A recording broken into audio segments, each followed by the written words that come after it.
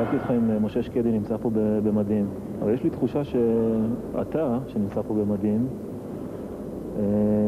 פחות סומך גם על מה שקורה לנו היום, ואתה הרבה יותר חששן ממנו. תראה, אני מתייחס מאוד בחשדנות לגבי מה שנעשה בסביבה שלנו. יש לי הערכות משלי לגבי מה חושבים עלינו. יש לי הערכות משלי שמדי פעם גם מסתברות כנכונות לצערי, לגבי מה אומרים עלינו ומה מתכוונים. אני מאוד בעד לפתח ולחזק תהליכים שקשורים בשלום, אבל אני חושב שהמפתח הכי חזק לעניין שאנחנו נצליח לשרוד פה